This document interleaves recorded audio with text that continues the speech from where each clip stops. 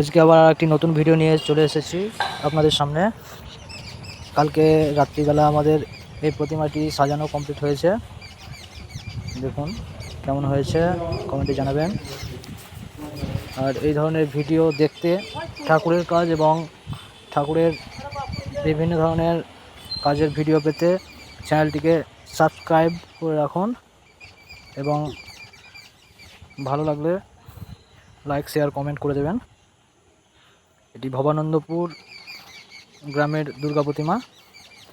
মন্দিরটি অনেকটাই নিচু হওয়ায় আমরা চালিটা সেভাবে করতে পারিনি।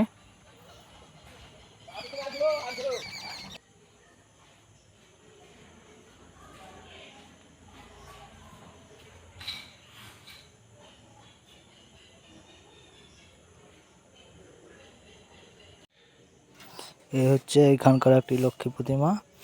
এটি কোজাগরি লক্ষ্মী পুজোর সময় পুজো হয়। তো এখনই আমরা এর দুর্গার সঙ্গে কমপ্লিট করে দিয়েছি ঠাকুরটি। এ হচ্ছে তার লুক, আপনারা দেখুন।